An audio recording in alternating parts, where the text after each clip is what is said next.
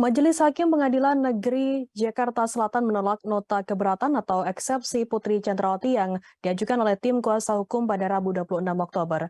Dengan ditolaknya eksepsi tersebut, persidangan kasus pembunuhan Brigadir Nofriansyah Yosua Huta Barat alias Brigadir J kemudian dilanjutkan.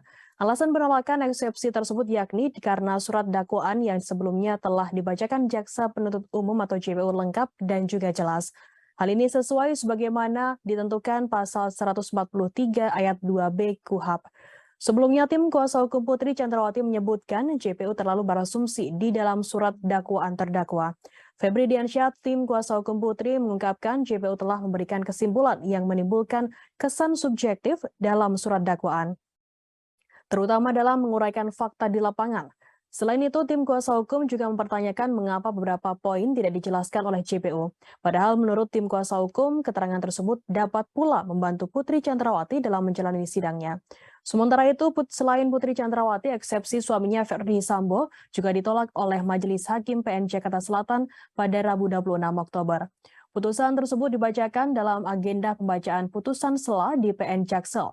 Dalam pertimbangan hukumnya, Majelis Hakim menyebut dakwaan yang disusun oleh jaksa sudah mampu mengurai peristiwa secara jelas dan juga terstruktur sejak awal persiapan hingga selesainya peristiwa hukum dugaan pembunuhan berencana terhadap Brigadir J.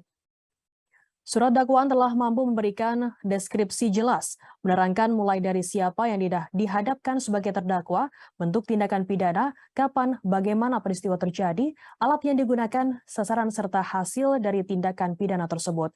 Dakwaan jaksa juga dipandang telah mendeskripsikan tentang motivasi yang mendorong terdakwa melakukan tindak pidana.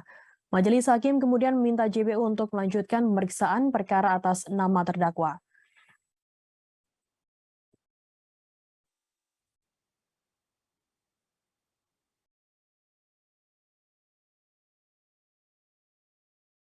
Terima kasih sudah nonton. Jangan lupa like, subscribe, dan share ya.